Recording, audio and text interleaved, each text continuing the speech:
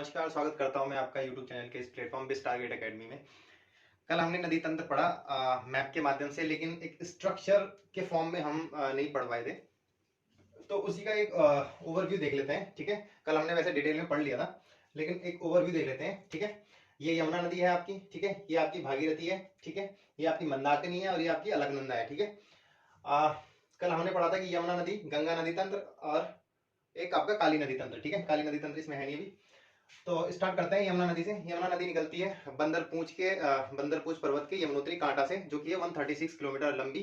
ठीक है, ये जाती है आगे से इसमें मिलती है। जो एक तो आपकी ऋषि गंगा मिलती है, इसको बोलते हैं पश्चिमी ऋषि गंगा। उसके बाद हनुमान गंगा मिलती है इसमें। ठीक है, नेक्स्ट पॉइंट पे नेक्स्ट मिलती है इसमें कमल घाट, और आगे जाके इसमें मिलती है टॉन्स नदी।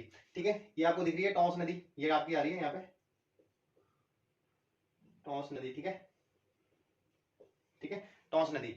टॉन्स नदी दो नदियों से मिलकर बनी होती है, रुपिन और सुपिन। रुपिन आपकी हिमाचल प्रदेश से आती है, सुपिन आपकी उत्तरकाशी से आती है, स्वर्गरोहिणी ग्लेशियर से। ठीक है, आगे जाके यमुना नदी में यहाँ पे इस पॉइंट पे आके ये दोनों कालसी में मिल जाती है, टॉन्स और यमुना नदी। उसके आगे बढ़ते हैं तो इसमें और एक और नदी मिलती है, आसन नदी। ठीक है, इसमें एक और नदी आती है, वो हिमाचल प्रदेश आती है, वो गिरी गंगा। ठीक है, अगर लिखना चाहो लिख लेना। उसके बाद नेक्स्ट बात करते हैं भगीरथी नदी। तो भगीरथी नदी निकलती है गौमुख से, 205 यानी कि 205 किलोमीटर की लेंथ है। ठीक है, सबसे पहली नदी मिलती है इसमें केदार गंगा, जो कि केदार ताल से आ रही है। उसके बाद मिलती है इसमें रुद्र गंगा, रुद्रगिरी ग्लेशियर से आ रही है।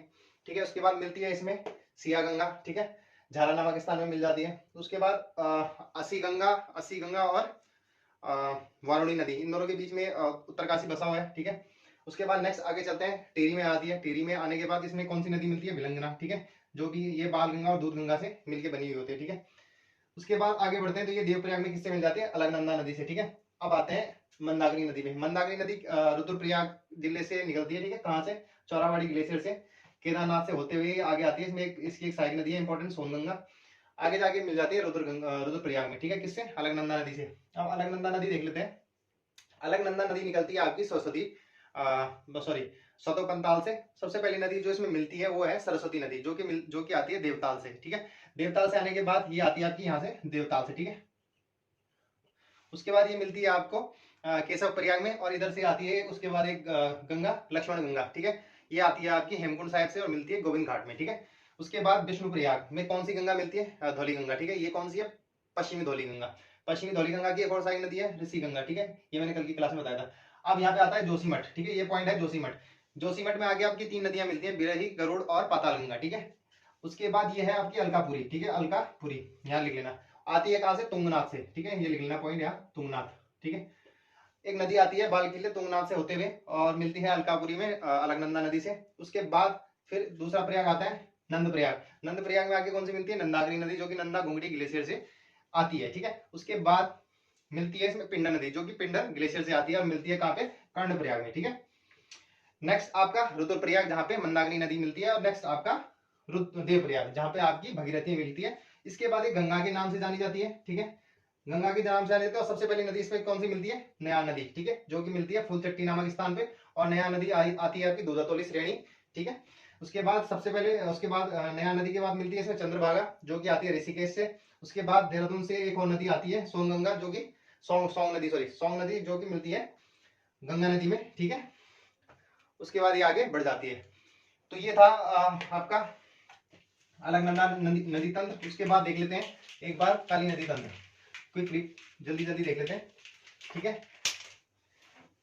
ये आपकी काली नदी है। ठीक है, ये ये इधर आपका नेपाल है और इधर आपका भारत है। ठीक है, ये आती है आपकी लिपुलेख दर्रे के पास से। ठीक है,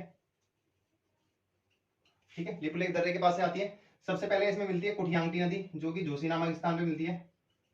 ठीक है, ये कौन सी नदी है, कुठियांगटी, कुठियांगटी। ठीक है, कुठियांगटी नदी, जो कि मिलती है जोशी नामक स्थान पे। फिर इसमें मिलती है अपनी धौली गंगा, कौन सी, पूर्वी धौली गंगा। ठीक है, पूर्वी धौली गंगा।